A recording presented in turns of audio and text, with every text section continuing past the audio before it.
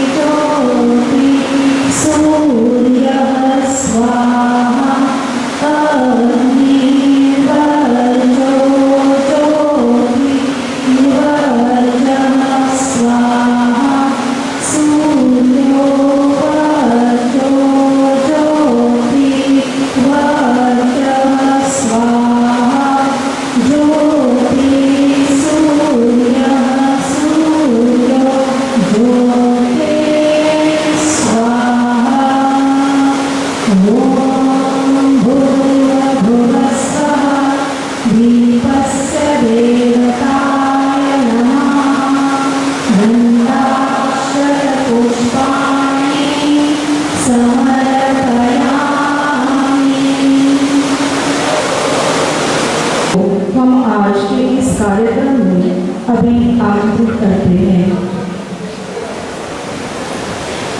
सभी से प्रार्थना है, अपनी कमर से भी दोनों हाथ गोदी में हम पूर्ण समर्पण भाव से गुरु शक्तियों का आह्वान करते हैं।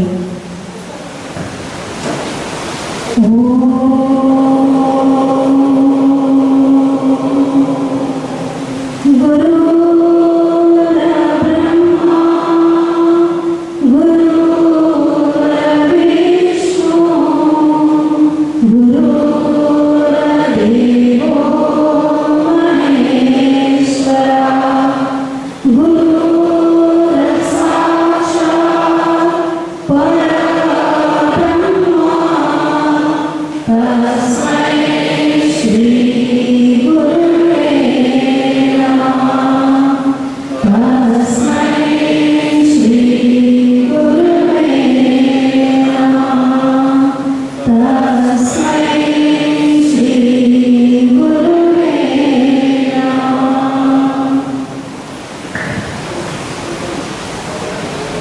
श्री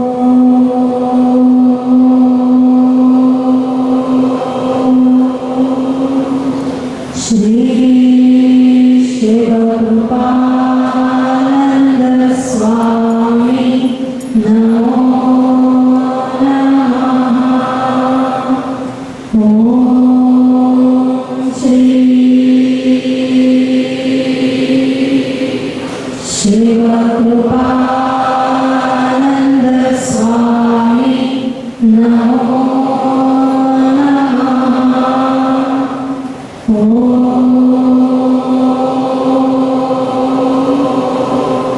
श्री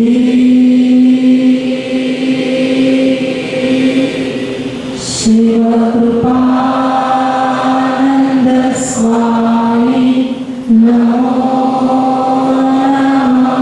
ओम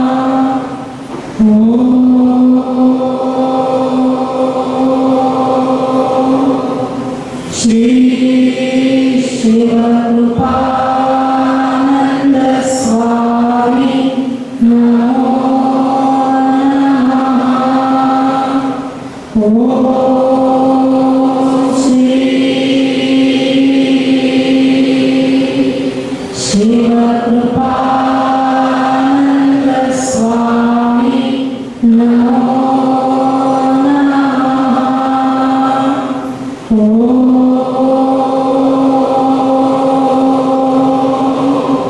श्री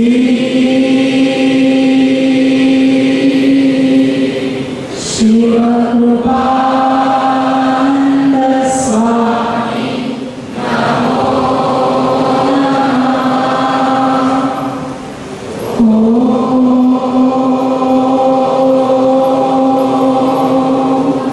श्री शिवकृपानंद स्वामी नमो नमः। ओम श्री शिवकृपानंद स्वामी नमो नमः।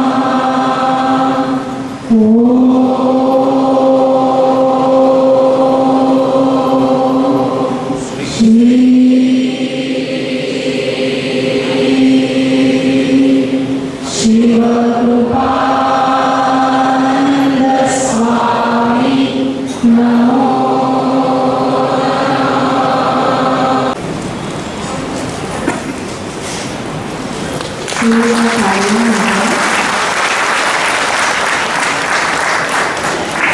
आज के कार्यक्रम के सूत्रधार श्री बीना भाई लाला जी, इनके बारे में थोड़ा सा मैं परिचय देना चाहूँगी। इन्होंने IIT खड़गपुर से बैचलर्स और मास्टर्स इंजीनियरिंग में किया है। भारत और विदेशों में 50 से 15,000 प्रतिभागियों के साथ इन कार्यशालाओं का नेतृत्व कर रहे हैं। उन्होंने कॉर्पोरेट्स, कॉलेजेस, स्कूल्स और गैर लाभकारी संगठनों जैसे समर्पण परिवार, रोटरी क्लब आदि के लिए इन कार्यशालाओं का आयोजन किया है। उन्होंने Bharat, Africa, UK, USA, Canada, Australia, New Zealand, Singapore आदि की कार्यशालाएं आयोजित की हैं। वे वर्तमान में जीवन शिल्प कंसल्टेंट का नेतृत्व कर रहे हैं, जो एक संगठन है जो आपके जीवन को तराशने में मदद करती है। उनके साथ उनकी सहभागी, उनकी धर्मपत्नी सौ नैमिषा बहन लाला जी हमारे साथ यहाँ उपस्थित है। सौ नैमिषा बहन DMLT में डिप्लोमा के साथ साइंस ग्रेजुएट है।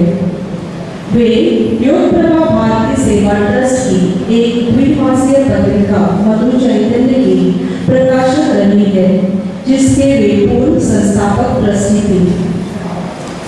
वे 1999 में मुंबई में उन्हें भारत और विदेशों में विभिन्न संस्थानों द्वारा नियमित रूप से बोलने के लिए भी आमंत्रित किया जाता है। इसके अलावा वे एक कुशल चित्रकार भी है। ऐसे दो महान हस्तियां आज यहाँ उपस्थित है और उनका बहुमूल्य मार्गदर्शन हमको प्राप्त होने वाला है। तो ज्यादा वक्त न लेते हुए मैं इन दोनों से प्रार्थना करती हूँ कि वे अपना जो कार्यशाला है वो प्रारंभ करें। जोरदार तालियों से उनका स्वागत करते हैं।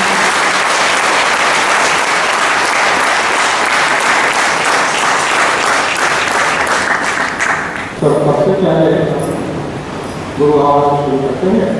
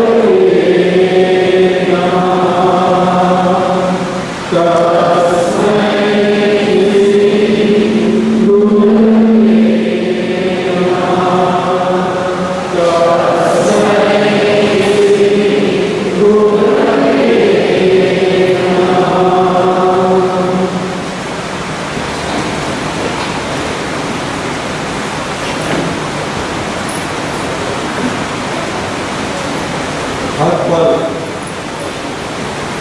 मेरे हृदय में निवास करने वाले हमारे प्रिय स्वामी जी, प्रिय शिव बाबू जी का मैं बहुत बहुत आभारी हूँ और मेरा उनको कोटि कोटि प्रणाम कि उन्होंने मुझे ये शिविर करने के लिए प्रोत्साहित किया और उन्होंने की आज्ञा दी। इसकी परमिशन सौंदर्य गुरु माँ का भी है, खूब आभार है क्योंकि उन्होंने भी थोड़ी सी भरी है तो एक्टिव है और उन्होंने भी बहुत वैल्यूएबल सजेशन दिए हुए हैं। बाद में हमारे सुरेश भाई पटेल जो ट्रस्टी भी है तो उनका मैं बहुत ही आभारी हूँ क्योंकि हमने एक ही बार उनको बताया कि हम लोग वहाँ आने का प्लान कर रहे हैं, उन्होंने पता जरूर आएंगे और बहुत कुछ बड़ी संख्या में लोग उससे रहेंगे। सतीश कुबल जी कितने दिन से मेहनत कर रहे हैं वो हमें पता है, हमारा भी कंटेंट है और सिद्धि जी है और बाकी जितने बहुत से वॉलेंटियर हमने आए तब हमने देखा कि वॉलेंटियर राइट फ्रॉम पार्टी बहुत से वॉलेंटियर उन्होंने इसमें कॉन्ट्रीब्यूट किया है। तो कोई भी ये इवेंट है तो उनके बिना तो सक्सेस होता ही है, तो सामूहिकता भी होना चाहिए। तो उन सब के लिए एक बार जोरदार तालियां हो।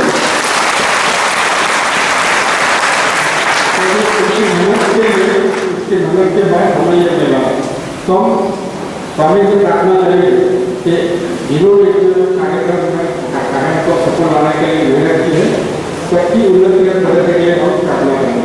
मैं चाहूँगा मुझे फॉलो कर तो ये स्वामी जी जिन जिन लोगों ने इस कार्यक्रम को सफल बनाने में अपना सहयोग दिया है उन सबकी आध्यात्मिक एवं सामाजिक विकास के लिए आपके चरणों में हम प्रार्थना करते हैं। जय बाबा। ये हॉल से उपलब्ध कराया गया है तो उनके भी ट्रस्टी वगैरह जो भी है उनके लिए भी हम उनके भी हम उपलब्ध है, उनके लिए भी जोरदार तालियां हो।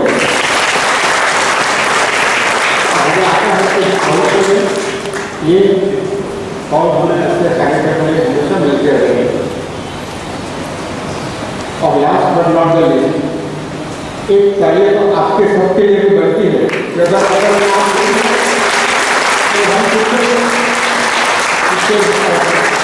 वर्कशॉप करेंगे तो, और इतनी बारिश होती है, इतनी बारिश में कितने बड़े संख्या का है, तो मुझे बोला गया कि तो पहले कुछ नहीं है, बहुत से लोग दूर दूर से आ रहे हैं, बहुत अलग अलग इसको से आए हैं।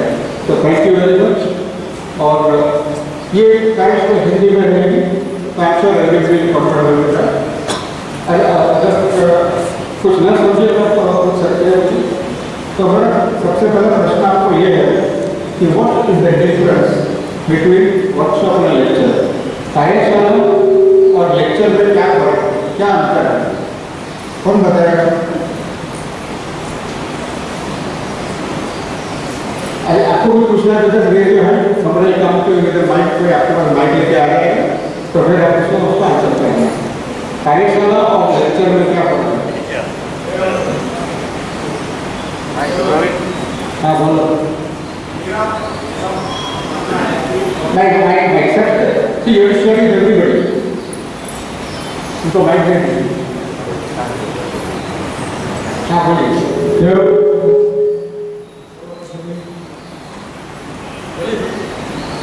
कार्यशाला में सबका इन्वॉल्वमेंट होता है, ऐसा माना जाता है, और वर्कशॉप में या लेक्चर में सामने वाले जो रहते हैं वो अपना सब जो उनको इंफॉर्मेशन है वो सबको बताते हैं।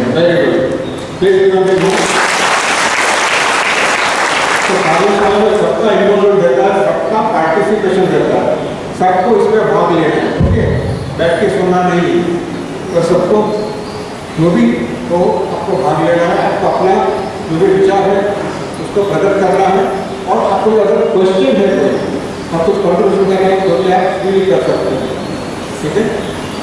क्योंकि जब मैं इतने इंटरेक्शन तो मुझे भी आपसे कुछ न कुछ सीखना मिल सकता है। तो चलिए आगे बढ़ते हैं।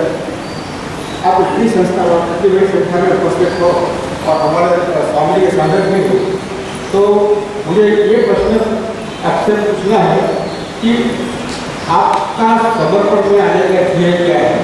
What is the object of coming समर्पण? वाई समर्पण मेडिटेशन आप क्यों कर रहे हैं? आपका फाइनल डेस्टिनेशन क्या है? कौन बताएगा? What is the final destination? देखिए, आप कोई कुछ भी कार्य करते हैं ना तो कोई रीजन से करते हैं। अगर आपको कहीं से जाना है point A to point B, तो आप डिसाइड करते थे मुझे यहाँ जाना है कि मुझे ये काम है, मुझे ये कार्य इस काम के लिए जाना है, तो that's be some reason for that. तो आप लोग यहाँ समर्पण में क्यों आते हैं? क्यों रोज सेंटर वाले एग्जाम करते हैं और सब अटेंड करते हैं, सब गवर्नमेंट दे रहे हैं? तो व्हाट इज द, कौन बताएगा? बताइए। हाँ बोलिए। हाँ हाँ रेडियो है, हमें इसको दे दीजिए माइक, यहाँ पे माइक दे दीजिए। तो क्या करते हैं? Happiness is peace of mind. Happiness and peace of mind, okay. ये नंबर है happiness and peace of mind, आपको ये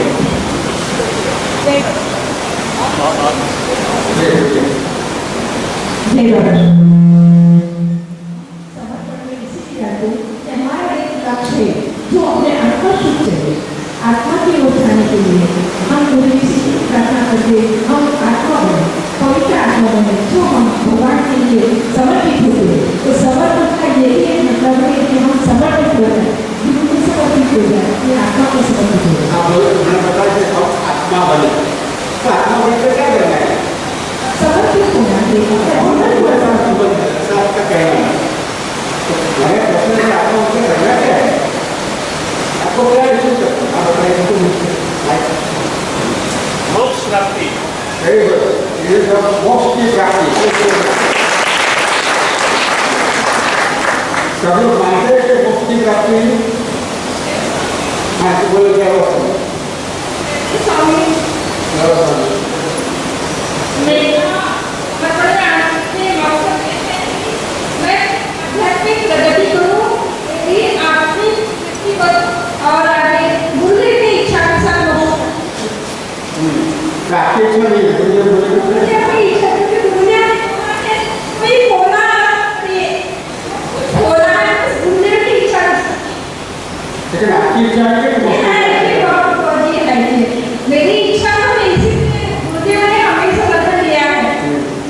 तो उनको अंदर जाना कि मुक्ति बात नहीं और किसको कुछ कहना है जबरदस्त क्यों आते हो आप बोलिए डिटॉक्स होना है, डिटॉक्स होना है डिटॉक्स का योग शब्द हो जाएगा समर्पण क्यों आ रहा है विचारों से डिटॉक्स अच्छा डिटॉक्स होते क्या होगा आपको अल्टीमेटली किस कहाँ पे आपको पहुंचना है और क्या फाइनल डेस्टिनेशन वो क्लैरिटी होना चाहिए ना मुझे अगर मुझे जाना है बॉम्बे मुझे पता है मुझे बॉम्बे जाना है तो फाइनल फिर मैं देखूँगा कैसा कि जा सकता हूँ प्लेन से जा सकता हूँ ट्रेन से जा सकता हूँ क्या चल के जा सकता हूँ एनीवे सुनिए आप कुछ तो होता होना चाहिए आप ऐसे ही चलते चलते तो क्या होगा तो पता ही होगा ऐसे ऑर्डर में नहीं है तो सिमिलरली अगर आपको पता ही नहीं आप जाके फोन कर रहे हो तो आपको कैसे पता चले कि आप बाइक ले सकते हैं क्योंकि आपको डेस्टिनेशन ही पता नहीं है ओके गुड और तो और क्या है और किसको कुछ कहना है यस बोलिए बाकी जो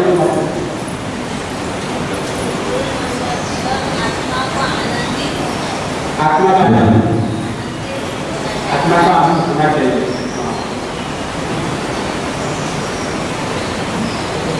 बोलिए कैसे बोलिए एक्चुअली सब तो मोक्ष की ओर ही जाता है, हमें रीबर्थ नहीं चाहिए। तो स्टेप वाइज तो बहुत स्टेप हो सकते हैं कि ध्यान सबसे पहले हमें सीखना है, विचारों से मुक्ति चाहिए, कर्म मुक्त अवस्था चाहिए, मोक्ष चाहिए। वो एक बार क्लियर होना चाहिए अब अगर स्वामी जी की आवाज़ में सुनेंगे तो उन्होंने क्या कहा है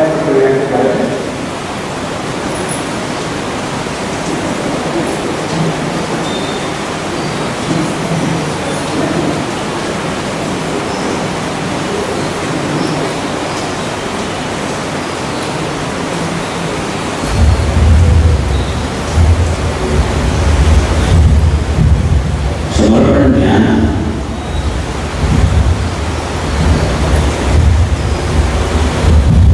ध्यान की वह साधना है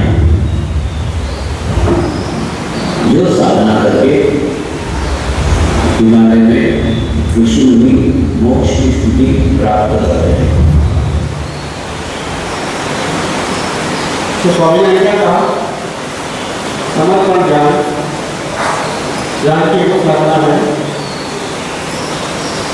जिससे करके हिमालय में ऋषि मुनि क्या करते हैं मोक्ष की प्राप्ति करते हैं।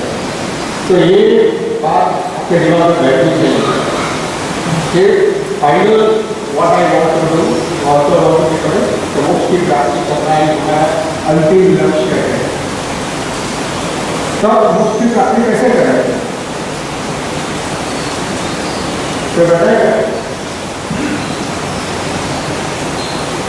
समर्पण ध्यान से करते हैं तो हम क्या करते हैं जिससे मोक्ष की प्राप्ति हो सबकी सोच छोड़ क्या कौन सी अवस्था कर्म मुक्त अवस्था वो क्या होती है क्योंकि कर्म किए बिना आप रह नहीं सकते हो कर्म तो हमेशा होता ही है कर्म पुलिस होते नहीं है आप इसलिए कर्म को कंटिन्यू चालू है आप यहाँ आए तो अपना काम हो गया हमें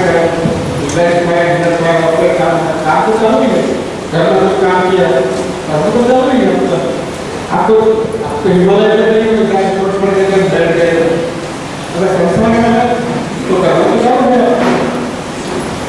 तो मुक्त की प्राप्ति के लिए क्या करना चाहिए और सबकी मुक्त होना चाहिए। हाँ और सबकी जो आसक्ति मुक्त आसक्ति मुक्त कैसे हो सकते हैं वैसे अपना ध्यान भौतिक चीजों से आपको डिटैच करना है। डिटैच करना है लेकिन डिटैच हो सकते हो क्या डिटैच तो नहीं हो सकते हो किसने कुछ बोल दिया तो खराब लग रहा है ना और जाके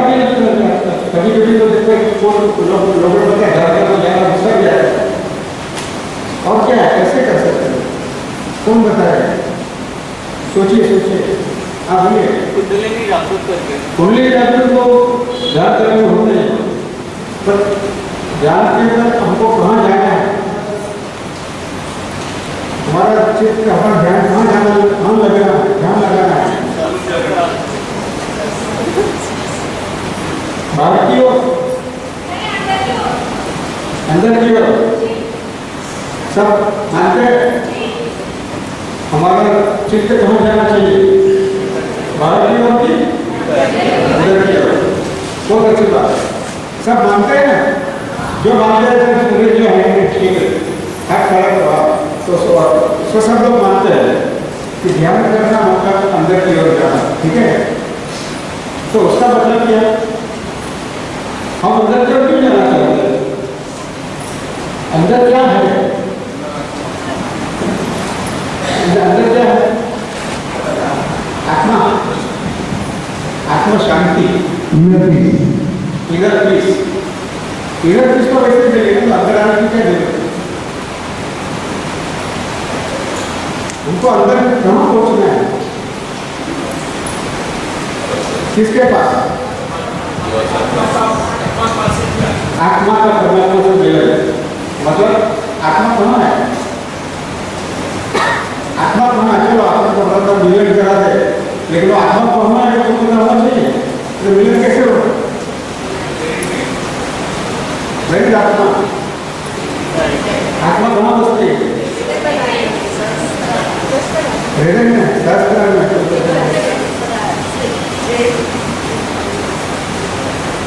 तो आत्मा, आत्मा बाएं में कहाँ, अपने बाहर के अंदर है। तो हम ये सोचते हैं कि कोई तो मतलब अपने आप भीतर जाना,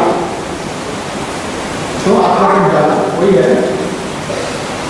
तो अगर हमें हमारे अंदर जाना है तो हम कौन है, व्हाट इज माई डिग्निटी, मैं कौन हूँ, हु एम आई, अगर कहूँ मैं कहता हूँ मैं, तो मैं कौन हूँ,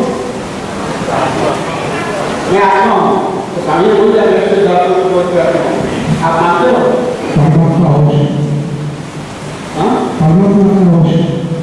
परमात्मा का अंश है, तो फिर ध्यान करने क्या जरूरत है, आपको पता है मैं आत्मा हूँ, तो परमात्मा ध्यान करने की जरूरत क्या है, जब मैं कहता हूँ मैं, तो क्या होता है, I is who, I is equal to what, I is equal to soul, nothing else. What about your body? When I say I, huh? I can't hear you. I is equal to what? वो madam कहते हैं I is equal to soul. बराबर है क्या? I is equal to soul है? क्या और कुछ है? शरीर? कोई बोल रहा है I is equal to शरीर. So I is equal to body. No. क्या मैं एक शरीर हूँ, नहीं? No. No. What are you? आत्मा. मैं आत्मा हूँ, मैं सिर्फ आत्मा हूँ, तो फिर आपका शरीर ही तो है, आपका शरीर है, और क्या क्या है, मन भी है, यस, फेवर माइंड ऑल्सो, शरीर है, मन है, सोल है ना, तीनों चीज है। तो आई इज इक्वल टू, अगर आप देखेंगे equation, I is equal to body plus mind plus soul, मतलब आई इज इक्वल टू मैं और हूँ, मैं शरीर प्लस मन प्लस आत्मा हूँ, बराबर, ठीक है। तो शामिल को तुम बताते हैं मैं एक शुद्ध आत्मा हूँ, मैं पवित्र आत्मा हूँ, तो शरीर में क्या चलेगा, मुझे मेरा शरीर दिखता है, मेरा शरीर की जरूरत भी है, उसको भूख लगती है, प्यास लगती है, मन में गुस्सा आता है, मन में हम सोचते हैं, कल्पना प्लानिंग करते हैं, उसके लिए मन चाहिए है। और आत्मा, आत्मा मैं नहीं, आत्मा है, पार्टिकुलर आत्मा है, वही मैं बहुत कंफ्यूजन नहीं हो रहा है। इन्हें थोड़ा कंफ्यूजन क्या कोई कुछ बताओ मुझे, ऐसे तो मैं तो कंफ्यूज होगा। मैं क्या हूँ? मैं शरीर हूँ, मन हूँ, क्या आत्मा हूँ? कि तीनों का मिश्रण हूँ, तीनों का मिश्रण हूँ, मिक्स ऑफ ऑल थ्री। मैं अगली वर्ष में पहली बार एग्जाम्पल देता हूँ, ये लिंबू शरबत है। लिंबू शरबत बनाने में आपको क्या चाहिए? लिंबू चाहिए, पानी चाहिए और शुगर चाहिए। आप तीनों मिक्स कर दिया तो सॉल्ट आइडर सॉल्ट और शुगर, डायबिटीज और शुगर को सॉल्ट डालो, अगर शुगर डालो, एकदम शुगर को मिठा होना चाहिए। तो ये तीनों अगर हम मिक्स करते हैं, फिर तीनों मिक्स हो गए। अब कोई आपको बोलेगा फिर तीनों अलग, तीनों को अलग करो, क्या कर सकते हो? नहीं कर सकते। फिर बोला चलो ये शुगर को बाहर निकालो, सॉल्ट को बाहर निकालो। अभी हमारी अवस्था वैसे ही हो गई। हमारे अंदर शरीर है, हमारा मन है जो सबको ऑपरेट करता है, शरीर को, है ना? प्यास कहाँ लगती है? प्यास वाले मन में लगती है। फिर हमारे डॉक्टर को बोलते हैं ये जाओ जाओ, इच्छा मन में आती है कि मुझे वर्कशॉप में जाना है, तो वो सर को बोलते हैं चलो ये वहाँ पे लेके चलो, है ना? तो मेरा शरीर है, मन है, फिर आत्मा है, आत्मा भी है। अब तीनों का मिश्रण हो गया तो मैं क्या करें?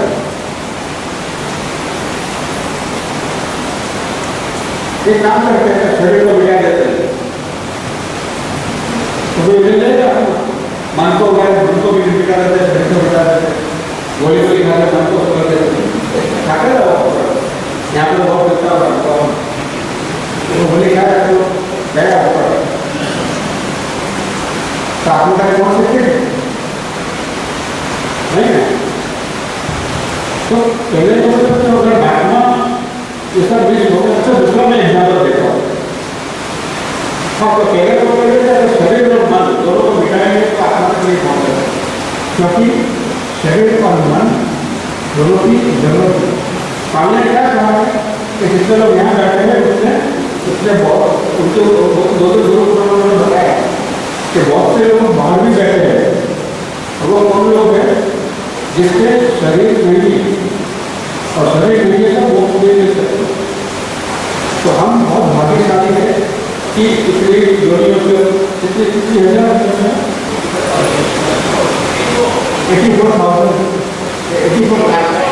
84 लाख योनियों से आपके शरीर मिला हुआ है ना?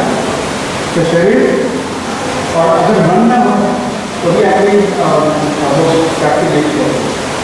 तो शरीर और मन दोनों एक इंस्ट्रूमेंट है, एक साधन है जिससे आत्मा को मोक्ष की प्राप्ति हुई है। मैं दूसरा एग्जाम्पल देता हूँ। समझो कि आपको यहाँ से बॉम्बे जाना है, प्लेन में जाना है, तो फिर किस चीज की जरूरत पड़ती है? यहाँ से बॉम्बे में प्लेन में जाना है, किस चीज की जरूरत पड़ती है? टिकट। हाँ, फिर टिकट के आप पहुँच जाओगे नहीं? और क्या चाहिए आपको? हाँ, एयरपोर्ट तो फिक्स एयरपोर्ट है, और क्या चाहिए आपको? इम्पोर्टेंट प्लेन चाहिए। आपको प्लेन में जाना है, बैठे हो गए तो आपको प्लेन चाहिए, और दूसरा क्या चाहिए? हाँ, पायलट चाहिए। वेरी गुड, बहुत अच्छा। उन्होंने डायलॉग पायलट चाहिए, तो आपको प्लेन चाहिए, पायलट चाहिए, और हम चाहिए। इसमें तो हमें भी तो बैठना है, पहले से बॉम्बे जाना है तो मुझे प्लेन चाहिए जो अपना शरीर है, पायलट चाहिए जो अपना मन है, और हाथ में दूसरा कोई मैं। तो अगर शरीर अच्छा प्लेन आप दोस्त रखोगे तो अगर आपको जाना है ऐसा प्लेन लिखो कि जो इसमें इंजन बंद पड़ जाए या वो ना सके टायर पड़ जाए, ऐसा नहीं। आप प्लेन बढ़िया कंडीशन में रखोगे, है कि नहीं? तो अगर इसलिए अगर आपको आत्मा तक पहुँचना है तो आपका शरीर का कंडीशन आपको बढ़िया रखना है। दूसरा मन, ऐसा पायलट रखो तो जो पगला होगा, पागल है, तो कुछ पता नहीं क्या हो रहा है और उल्टे से बात करता है, ऐसा नहीं है। वैसे आप पायलट रखो देखोगे जो हाईली स्किल्ड है, जो कुशल है ना, तो वैसे पायलट रखते हो। और जो वेल ट्रेंड है और उसे पता है क्या करना है, तो वैसे पायलट रखते हो, है ना। फिर आप प्लेन में बैठ के जा सकते हो। तो वैसे ही आपका मन एकदम कुशल होना चाहिए। तो डेटा ऑफ द माइंड हो गया तो फिर वो कुशल पायलट का काम कर सकते हैं। अगर उसके अंदर सब कुछ है गड़बड़ तो फिर आप आगे नहीं बढ़ सकते। तो मोक्ष प्राप्ति के लिए आपको ये जरूर सोचते रहते। लेकिन अगर आप एयरपोर्ट पे गए, आपकी इच्छा हो कि आपको जाना है कैलकाटा और प्लेन जा रहा है बॉम्बे, तो आप क्या कहोगे? पहुँचोगे नहीं, क्योंकि प्लान प्लेन का प्लान ये बना हुआ है। क्योंकि समझो कि आपको बहुत पैसे आए, 80%, आपने खुद का एक प्लेन खरीद लिया, एक पायलट को हायर कर लिया, तो क्या हो रहा है? फिर आपको जहाँ कैलकाटा जाना बोल तो मुझे कैलकाटा जाना है, वो अपना रूट मैप करते आपको कैलकाटा ले जाएगा, आपको बोलना दिल्ली जाए आपको लेके जाए, ठीक है। वैसे ही अगर आप रेगुलरली ध्यान करोगे तो क्या होगा? आपका मन का और आपका आत्मा का कंट्रोल आपके शरीर और मन के ऊपर होगा। अगर ध्यान नहीं करते तो क्या होता है? आत्मा का कंट्रोल किसके पास है? शरीर और मन। शरीर और मन दोनों आत्मा को कंट्रोल करके बैठे हुए। रेगुलर मेडिसिन करके बात क्या होगा? उसका कंट्रोल, आत्मा का कंट्रोल शरीर और मन के ऊपर होता है ना। तो वैसे ही अभी स्वामी जी का आवाज सुनिए तो क्या कहते हैं शरीर और मन के बारे में। इसलिए कोई प्रश्न है अभी तक वो डिस्कस किया जो हमने, इन्हें थोड़ी क्लियर थे, कोई कंफ्यूजन तो नहीं है ना? चाहिए इसको कैलकुलेट भी काम और इससे पता चले आपको बराबर सुन रहे सुन रहे होंगे। तो शरीर और मन both are very important instrument. तो अभी आप ये देखते हैं स्वामी क्या कहा इसके बारे में।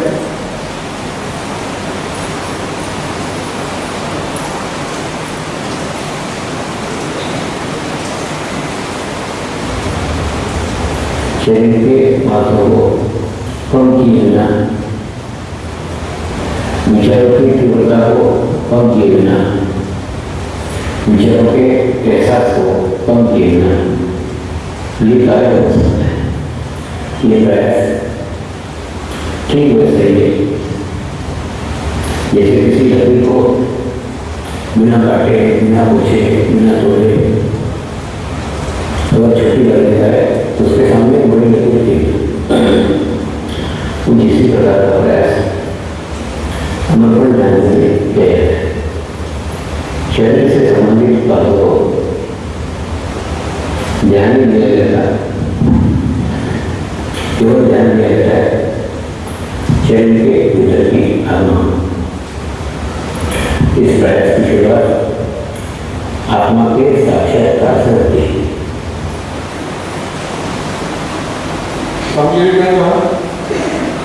कि अगर शरीर को महत्व को कम करने की जरूरत नहीं, विचार को तीव्रता को भी कम करने की जरूरत नहीं, लेकिन आप अगर कहते हैं कि अगर एक रेखा को बिना काटे उसको छोटी करनी है तो उसके पास में तो बड़ी रेखा खींचनी। तो अगर आप आत्म भाव ज़्यादा बढ़ाओगे तो क्या होगा? दोनों रेखा के साथ शरीर और मन के सामने आत्मा भाव बढ़ जाएगा। तो आत्मा का नियंत्रण तो शरीर और मन के ऊपर हो जाए, क्योंकि शरीर और मन को साधन है। ठीक है, किसी कोई प्रश्न है इसमें? ठीक है, तो अभी आगे देखते हैं कि कैसे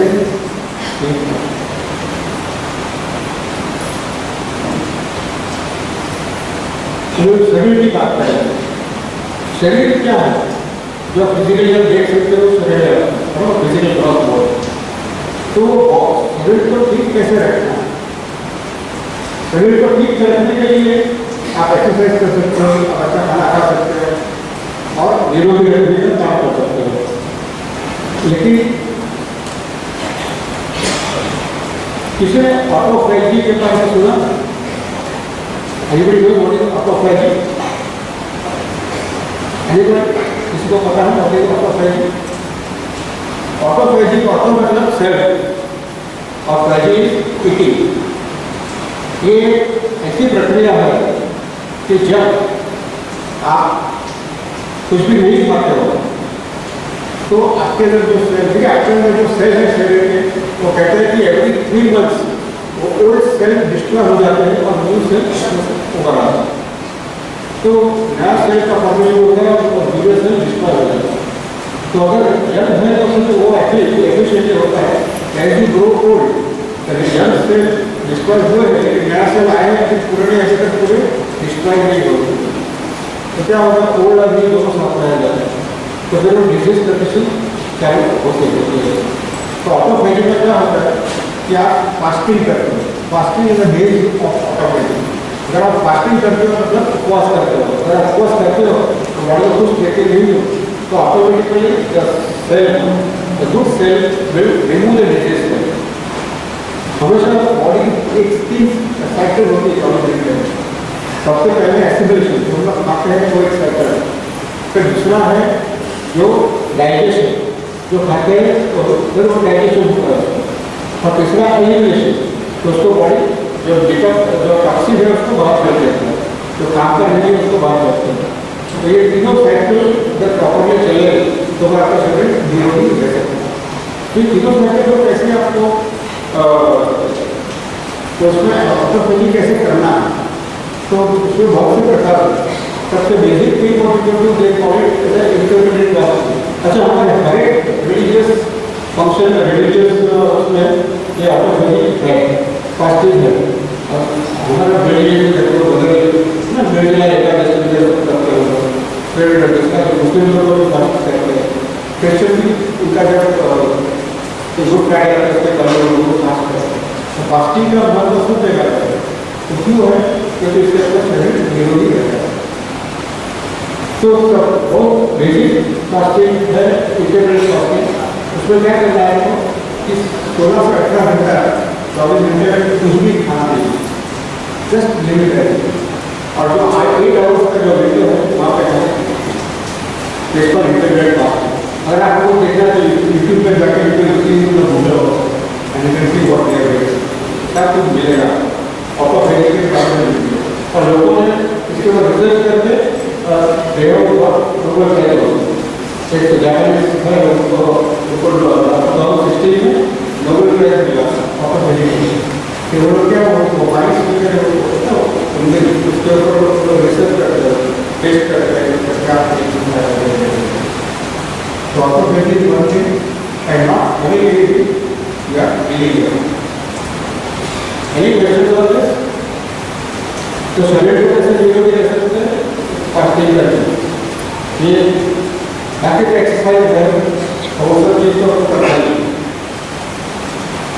अच्छा, इन गुड स्लीपिंग में वक्त देना, चलचल ये को ठीक रखते हैं अगर कहीं जाना है, इसी तरह शरीर को भी ठीक रखना, उसके लिए फास्टिंग करना।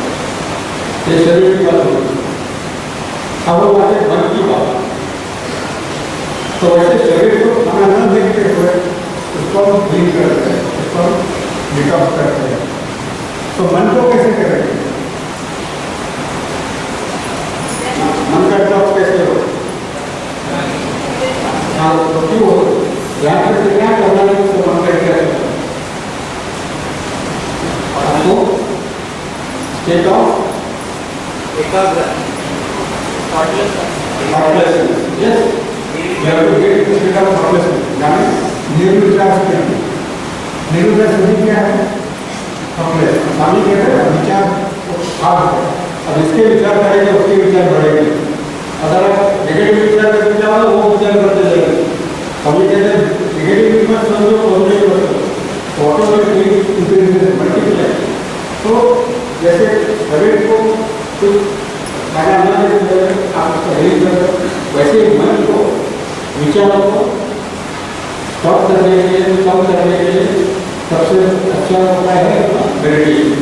तो समर मेडिटेशन और अपना विचार कर सकते हैं। ठीक है, देखिए बहुत लोग कहते हैं ध्यान करते बैठते हैं विचार तो बहुत ही आता है। वो विचार कहाँ से आते हैं? क्या तो पास से आते हैं, फ्यूचर से आते हैं। फ्यूचर की चिंता है, भविष्य की चिंता है और भूतकाल की जो कि आपने जो सुना है नेगेटिव विचार के बाद ध्यान में होता है। जब ध्यान में होता है तो नहीं होता है, लेकिन जब ध्यान में करते तो इसका विचार आता है, आपको लगता है कि मैं ध्यान को लगता ही नहीं। तो फिर इसलिए स्वामी कहते हैं कि आपका भूतकाल से समाप्त करो। तो भूतकाल समाप्त गुरु होने वाले आएंगे, हाँ डेफिनेटली स्वामी का अर्थ करना और जितना हो सके उसका जो स्वामी कहते हैं सुनना, उसके अंदर देखकर वो क्या कहना चाहते हैं। और जितना भूतकाल आप समाप्त कर पाओगे उतना अपनी जाति करनी जरूरी, क्योंकि आपका मन विकास हो जाएगा। चलिए, तो इसके पहले हमें प्रोसेस कराइए जो शरीर के संबंधित है। अभी हम जिसमें तो बॉटल आता है कितने लीटर आता है? 1 लीटर, 2 लीटर, वो बड़ा क्या आता है? 5 लीटर। कितना लीटर बड़ा? 20 लीटर का जार। तो 20 लीटर का जार कैसे पानी कैसे निकालते हैं? कैप से। तो दूसरा कैप रहता है, दूसरा डिस्पेंसर नीचे कैप रहता है ना। तो क्या करते हैं, डॉक्टर को उसके ऊपर उठा कर देते हैं ना, और फिर कैप से पानी आएगा। तो जैसे पानी खत्म हो, जैसे आपको पानी का लेवल दिखता है बराबर, जो बॉटल है वो ट्रांसपेरेंट है, इसलिए जैसे जैसे पानी नीचे जाएगा वैसे वैसे आपको पानी लेवल दिखेगा। तो वैसे ही प्रोसेस करेंगे। यहाँ पे आपको सोचना है कि आपका शरीर जो है वो पूरा कांच का बना है, ग्लास बॉटल। और जैसे आपका शरीर कांच का बना है तो आपको आपके सब अंग आगे दिख रहे हैं, जैसे कि आपको आपका ब्रेन दिख रहा है, आपका हार्ट दिख रहा है, लंग्स दिख रहे हैं ब्रेन में। और जैसा रिफ्लेक्स होगा उतना कहीं जरूरत नहीं, जरूरत नहीं, जस्ट फॉलो द प्रोसेस। और उसके बाद में 2 अवयवों के बीच पानी भरा हुआ है। तो वो जो पानी है जैसे जैसे आप वो हमें ऑर्गन को एक थैंक्स बोलते हैं, जैसे हम लोग क्या करते हैं और जिसने हमको हेल्प किया तो हम हमेशा थैंक्स कहते हैं, लेकिन हमारे जो भी ऑर्गन्स है उसमें कभी थैंक्स कहते हैं। जैसे कि आपका हार्ट है, ये आपका थैंक्स द हार्ट, जो आपका हार्ट कंटिन्यूसली वर्किंग, हार्ट आपका सतत काम कर रहा है। इसलिए आपको हर एक अंग को थैंक्स कहना है। तो उनका मैं कर रहा हूँ आपको थोड़ा बैकग्राउंड कर।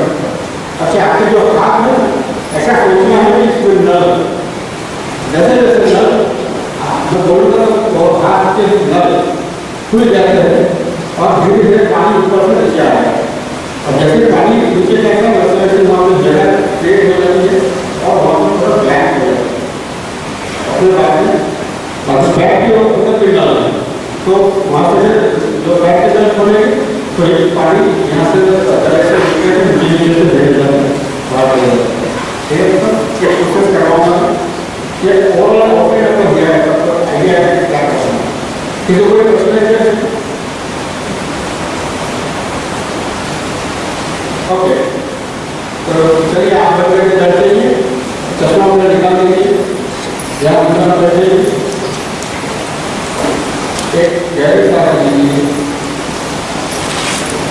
और छोड़िए, और एक गहरी सांस लीजिए और बिल्कुल स्माइल होना चाहिए।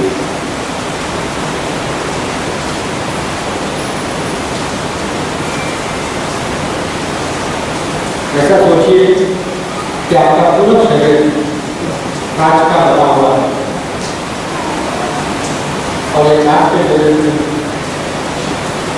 जहाँ आपके हाथ है पैर है वहाँ पे नल लगे हुए। आपको आपकी अंदर जो भी अवयव है, जो भी ऑर्गन्स है, वो क्लियरली दिख रहे हैं। आपको आपका ब्रेक दिख रहा है, जो कि आपका शरीर काटता है। आपका अंदर का भाग दिख रहा है, काम दिख रहे हैं, सेवा है।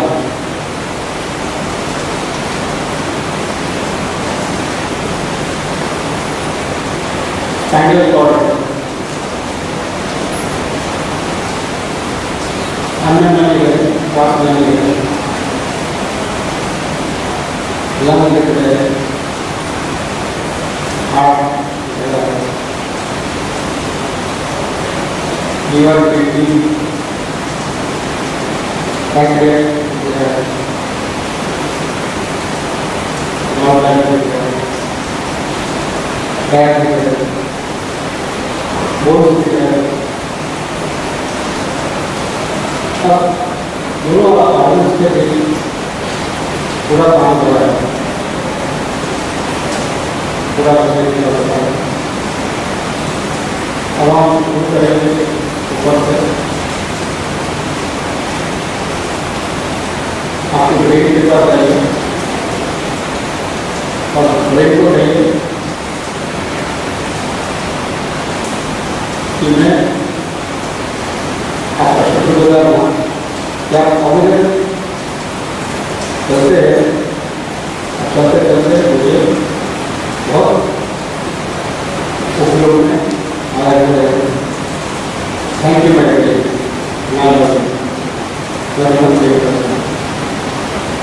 आप देखेंगे कि आपका दिमाग अच्छे से चलने लगा है, थक रहा है और जो भी टॉक्सिन रिलीज है वो मतलब में पानी दे रहा है और पानी का थोड़ा सा पी रहा होगा। अब आप आपको बताइए थैंक्स माय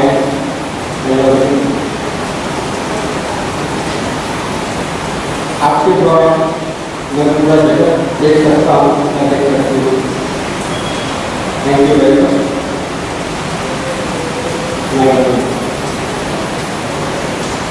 अब आप मैथ के पास चलिए, आपके द्वारा मैं जो पदार्थ है उसका सुगंध ले सकता हूँ, सुगंध का अनुभव कर सकता हूँ। Thank you. आप जीवा के पास थैंक यू। जीवा को थैंक्स करिए कि आपके द्वारा ऐसा पदार्थ का टेस्ट कर सकता हूँ। Thank you so much. अब आप मैं जरूर रखिए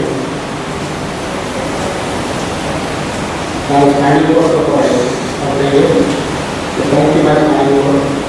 आपके अंदर में जो नर्व है उससे कारण मेरा ब्रेन से कनेक्शन हो रहा है और थोड़ा संवेदना मुझे मिलने जा रही है और उसको पकड़ने के लिए और मेरा शरीर जिंदा रखने के लिए मैं शुक्र गुजार हूँ। Thank you so much. मेरे के बाद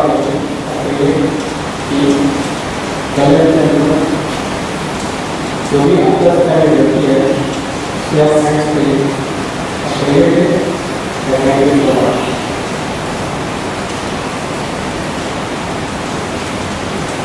उसके बाद आप श्वास लेने के ऊपर ब्रेन पावर जो पूरा श्वास आता है और जैसे तक जा रहा है थैंक यू वेरी मच।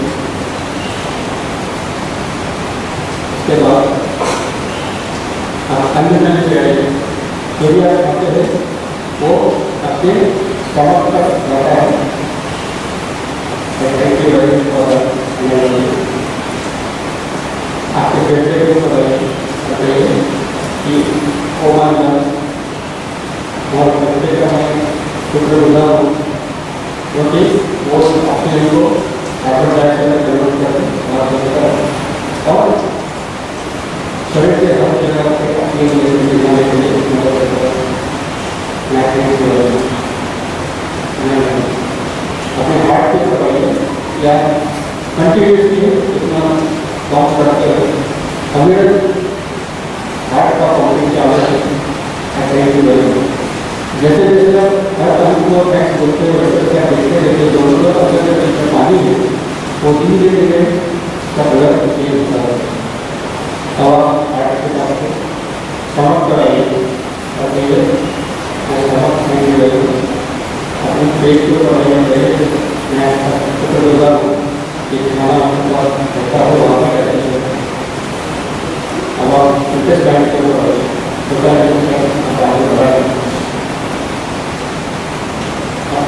मैं शुक्रगुजार हूँ कि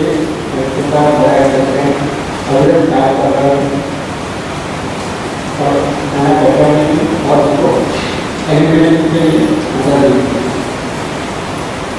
अभी आप आपके बोझ के ऊपर आइए कि हमारी हड्डियाँ हैं वो सबका मैं शुक्रगुजार हूँ क्योंकि वो हमारे शरीर को स्ट्रक्चर देती है बड़ा अपना मदद करती है और जो बोझ के दिमाग से उसका शुक्रगुजार हूँ जिसके कारण मैं ये बैठ सकता हूँ बोल सकता हूँ और होल्ड कर सकता हूँ। तो और आपकी जो रक्त जरूरी है ब्लड प्रेशर उसके प्रेशर होगा ब्लड ऑक्सीजन ये जगह से दूसरी जगह तक सब जगह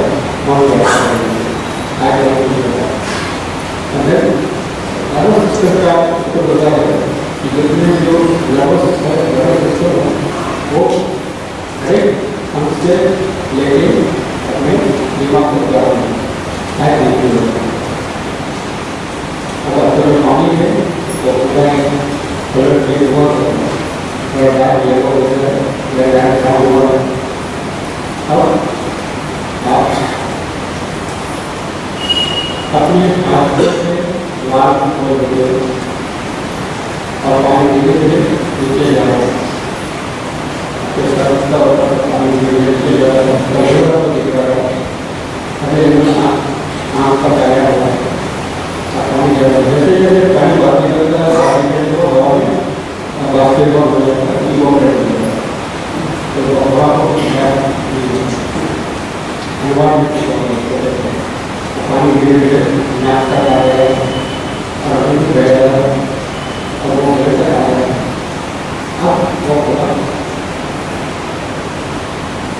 आपके ऊपर नीचे रहा है होने के और 5 से 12 ये पूरा पहले होता था आप अपना आपके छोटी एक्टिव हो गई और पैर लगे कल को खोलने की अब ये पानी धीरे धीरे जैसे नीचे उतर रहा है तो हार्ट तक नीचे जा रहा है जैसे न लगे तो वहाँ पर पानी चला पड़ेगा जैसे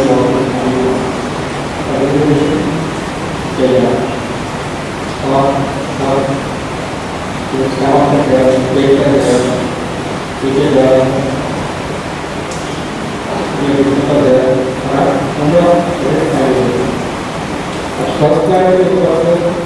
बिल्डिंग वाइट लाइन ये लिक्विड वाइट लाइन आपके कितनी कर रहे हैं जो वाइट लाइन है तो फिर लिक्विड लाइन अंदर जा रही है तो आपके पैर के नीचे वो लाइन जा रही है पैर से बचा चालू हुआ है हर एक सेल को वो लाइन को रिजुमेट कर रहे हैं आपके प्रत्येक कोष उस लाइन के ऊपर से एनर्जी प्रदान करके रिजुमेट हो रहे हैं धीरे धीरे वो ऊपर आ रहे हैं आपका पहले वो ड्रिलिंग वेल है, लिक्विड है, that enter each cell of the body. And each cell is jumping into a rejuvenated and active.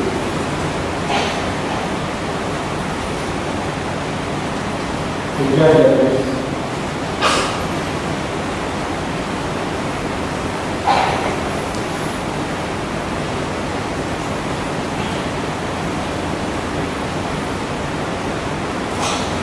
And now, slowly open the eyes and apply the breath.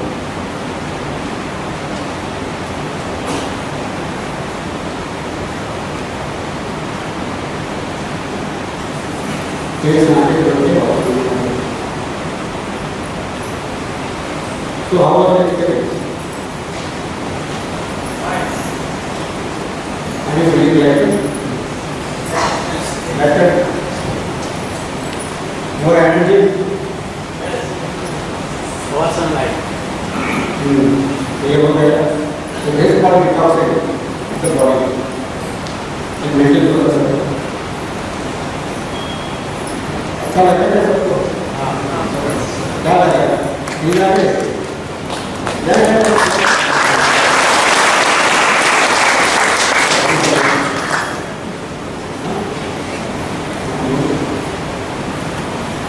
एक तो है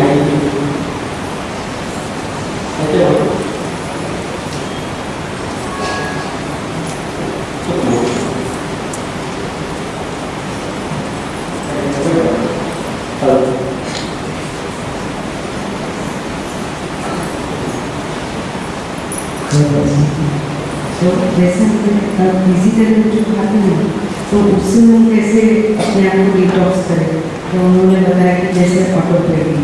तो हम कई बार ऐसे होता है हम बहुत हैवी फूड खाते हैं फिर किसी नींद आ जाती है, तो ऐसे क्यों होता है? क्योंकि हमारा जो शरीर है उसकी जितनी ऊर्जा है वो सारी डाइजेशन में डाइवर्ट हो जाती है।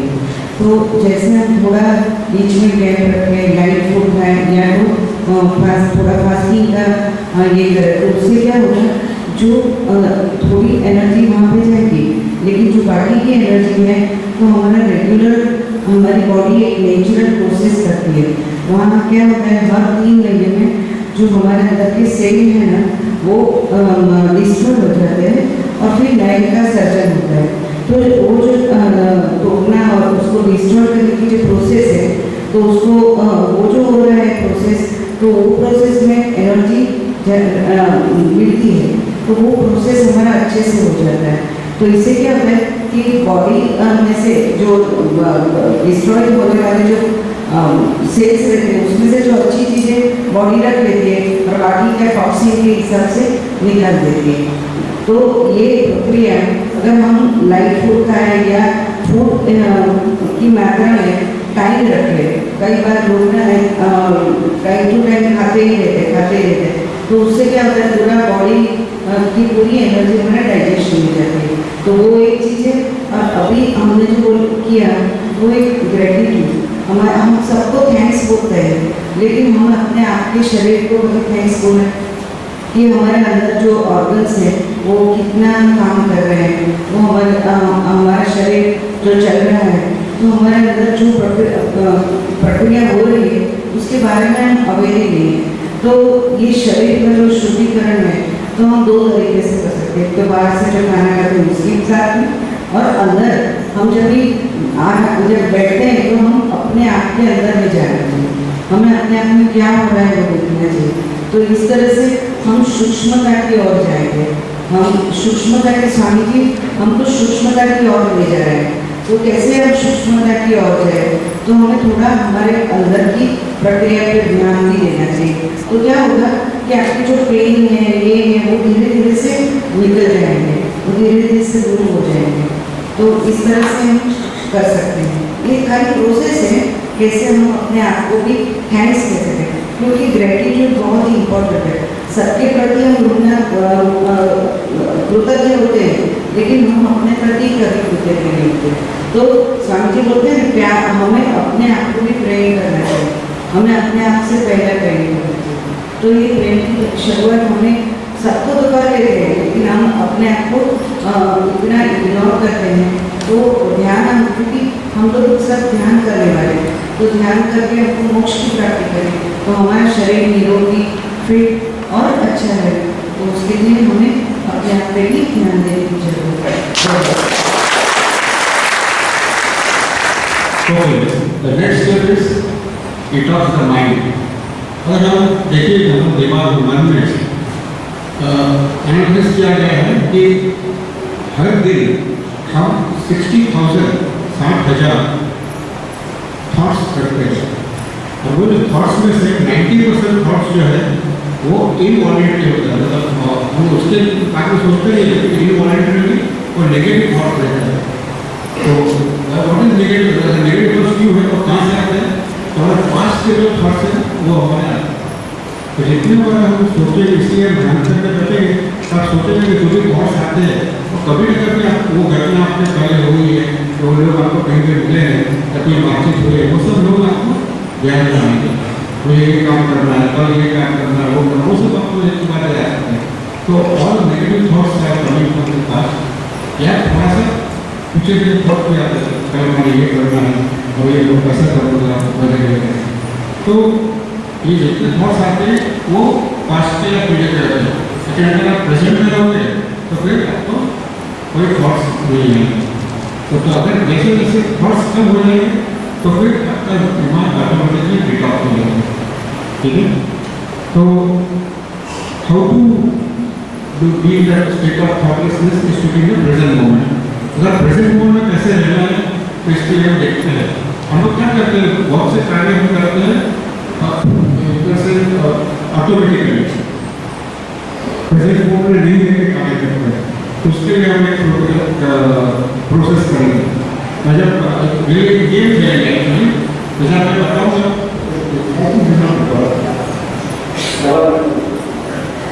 अगर मैं बताऊँगा तो आपको क्या करना है। एक गेम खेलेंगे, इसमें क्या है, सबसे पहले इसको बोलते हैं एनिमल, बर्ड और फिश। जब आप एनिमल वो ये कर रहे हैं, एनिमल फिर बर्ड और फिश। ठीक है, जब बताओ आप खड़ा होगा और जो मैं बोलूँगा उस हिसाब से करना है।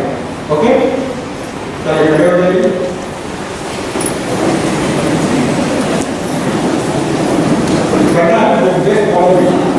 Animal, bird, fish. fully just करिए। Animal, bird, fish. Animal, bird, fish. Animal.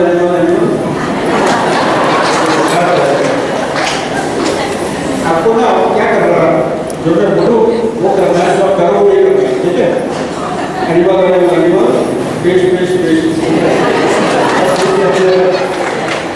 जो बोलूँ वो करना है। ठीक है, प्रेजेंट मोमेंट देखिए, आप प्रेजेंट मोमेंट में नहीं, एक्सप्रेशन क्लियर है, क्लियर है, फाइंड द प्रेजेंट मोमेंट। चलिए, animal, bird, fish. Animal, bird, fish. Animal,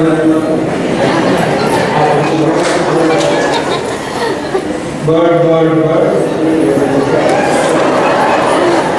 fish.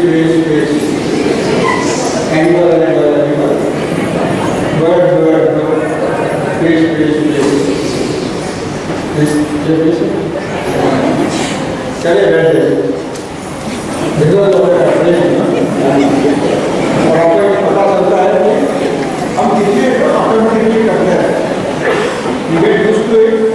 तो लाइफ में हम बहुत ऑटोमेटिकली कार्य करते हैं।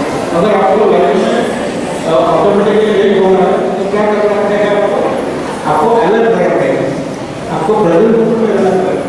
तो इसलिए कैसे होना चाहिए, how do we perceive the world, हम जो जगत है उसको हमारी इंद्रियों द्वारा जान सकते हैं। आँख से देख सकते हैं, नाक से सुन सकते हैं, जीभ से टेस्ट कर सकते हैं। लेकिन हम क्या करते हैं, हमारे जो भी हाथ से स्पर्श करते हैं, लेकिन हमें उसका ज्ञान नहीं होता है कि क्या होता है। हम लोग वैसे देखो कुछ खाना खाते हैं और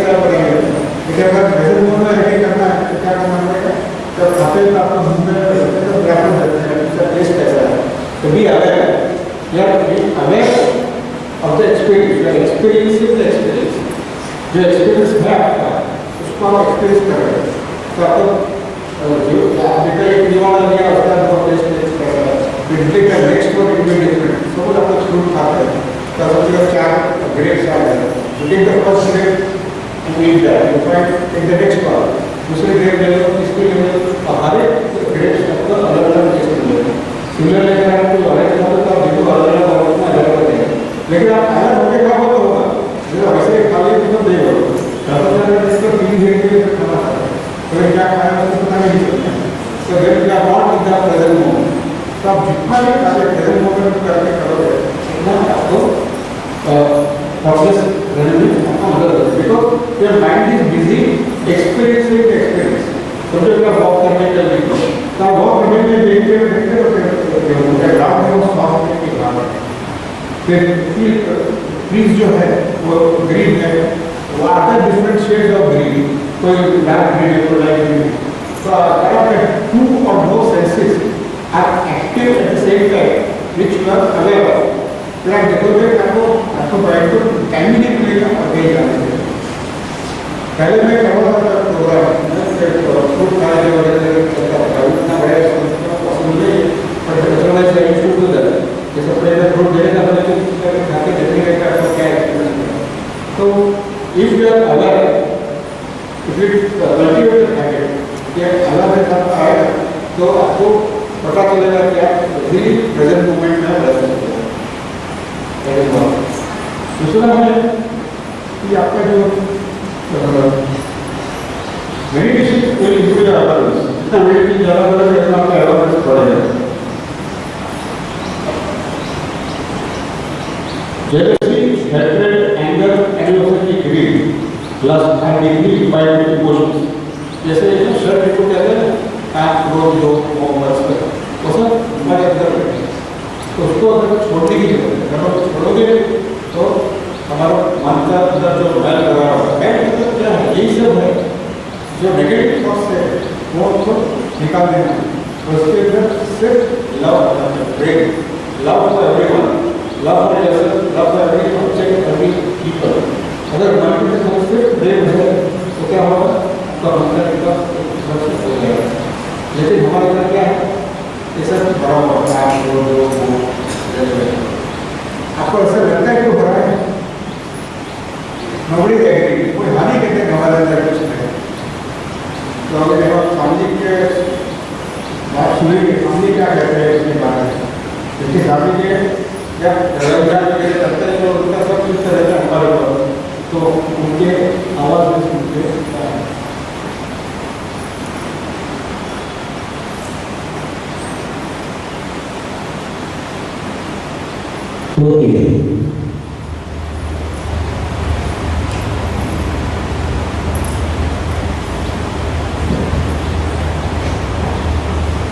साधकों को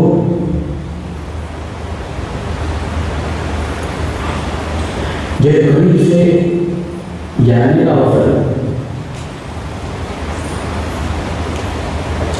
अनुष्ठान में मिला,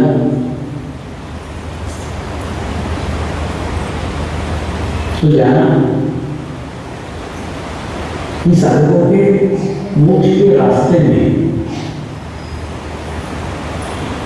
एक बाधा एक रोड़ा खड़ा है, वो रोड़ा है वैर भाव, इसमें पहली कहा ऋण, हत्या और वैर, ये तीन जो बातें हैं कि आपके मोक्ष की स्थिति के बीच में बाधा है, तो हत्या करने वाले को बाधा नहीं करने, तो हत्या का प्रश्न नहीं है, लेकिन एक तो ऋण का है, ऋण तुम्हारे हमारे देश से बाधा है, दूसरा वैर भाव। देखिए कभी कोई घटना हो जाती है, गुस्सा आ जाता है, आप कुछ बोल देते हो, वो कोई बोल देता है, मैटर खत्म हो गया, बात खत्म हो गई, तो कुछ नहीं। लेकिन अगर उसके बाद में आप उसका बुरा सोचने लग जाते हो, अगर आप उसका उससे बुरा हो, ये भेदभाव का शुरुआत है। ये बहुत खतरनाक है, बहुत बुरा है, क्योंकि आप जब बुरा सोच रहे हैं तो जाने में दो बातें घटित हो रही। एक तो बुरा सोचने वाले सामूहिक सकारात्मक शक्तियों से अलग हो जाते हैं, यानी सामूहिक पर छूटेगी, सेंटर छूटेगा, धीरे धीरे साधक छूटेंगे, ध्यान छूटेगा, धीरे धीरे धीरे धीरे छूटेंगे, क्योंकि तुमने भेदभाव पा लिया, बुरा सोचना चालू कर दिया, यानी अच्छे की तरफ से तुम दूर दूर दूर दूर होते चले। और दूसरा, कई बुरी आत्माएं हैं जो ऐसे माध्यमों को चाहती है आपके मन में किसी के भी प्रति भेदभाव आ गए,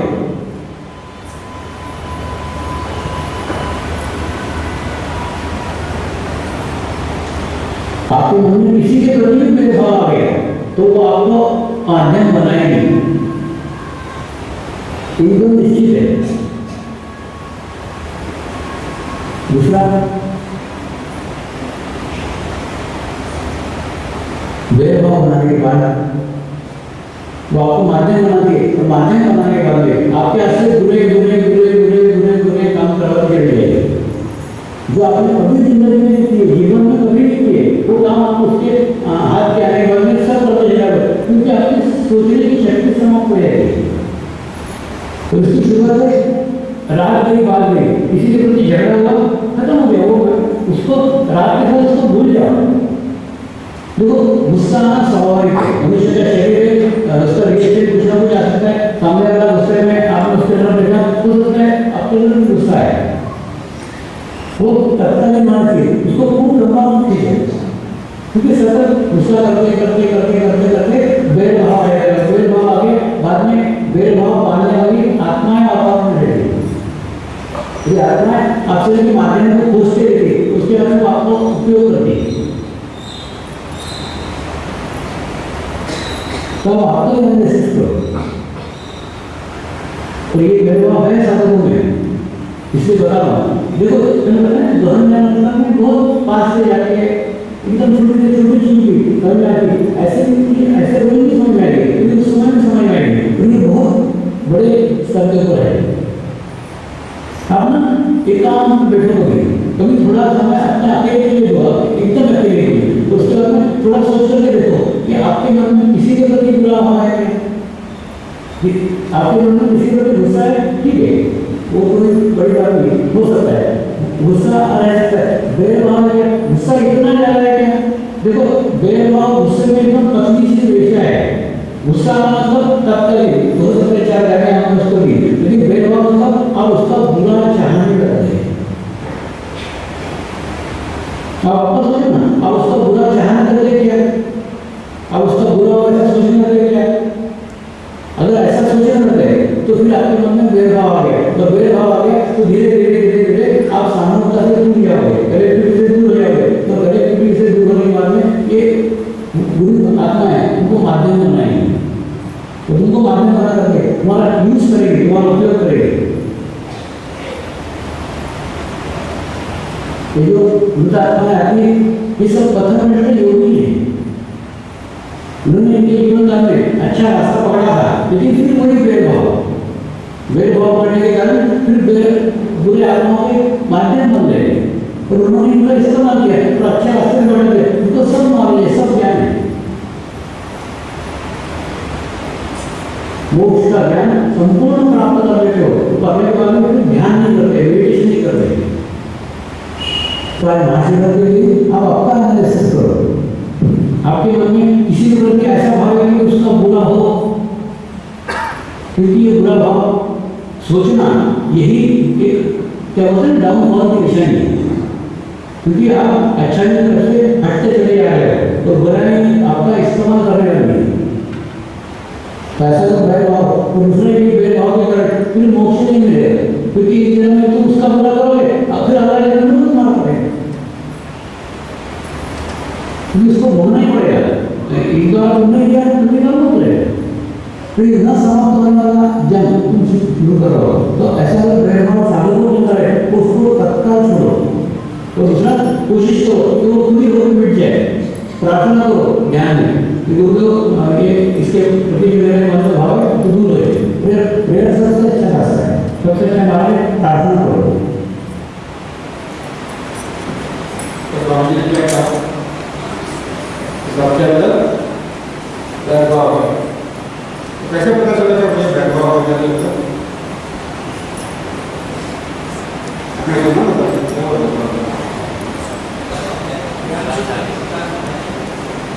क्या? नहीं, वो तो सेकंड ईयर तो मैं कैसे पता लगा कि भेदभाव है?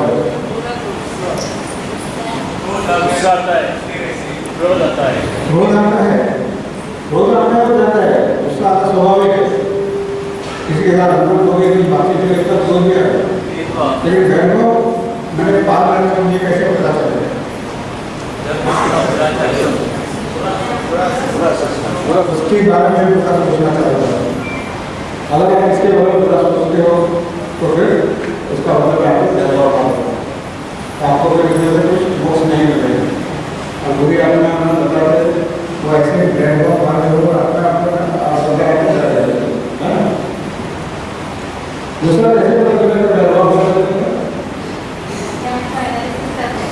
अपने आप को एनालाइज करो। क्या करो? अगर किसी का बुरा होता आपको अच्छा लगता है, कभी कभी ऐसे होता है तो बुरा व्यक्ति को कुछ किया क्या कहते हैं अच्छा हो, जैसे भगवान जस्टिफाई ईश्वर ने सजा दे दी उसके कर्म को। इसका मतलब क्या? मतलब आपके अच्छा इसके उसका बुरा होगा तो आपको अच्छा लगेगा। अगर आपका हृदय विरोध है ऐसा कुछ होना ही नहीं चाहिए। तो इसलिए जो भी है उसको तत्काल छोड़ना है, और नहीं छोड़ो क्या होगा? ध्यान छोड़ते जाओ, उसके बारे में सब लगाया गया है।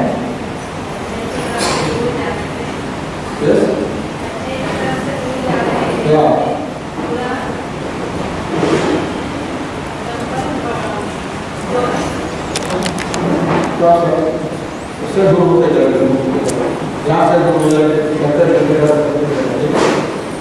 तो उसका सोल्यूशन क्या है? स्वामी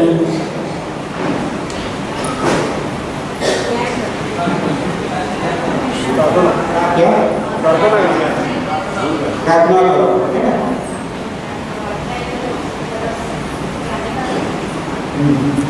कभी हम ऐसा करेंगे, फिर स्वामी को प्रार्थना करेंगे।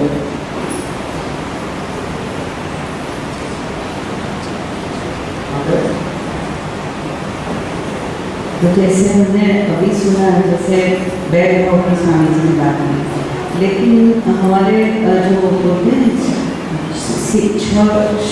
षड्यंत्र यानी कि काम हो, तो जैसे हमको बहुत सारे विचार आते हैं, उसका मुख्य कारण क्या है? क्योंकि हम दूसरों के बारे में कभी सोचते हैं तो क्या सोचते हैं कि उसने ऐसे क्यों किया, उसने ऐसे क्यों किया, उसने मेरे साथ ऐसे क्यों किया, मैंने तो उसको कुछ नहीं कहा था।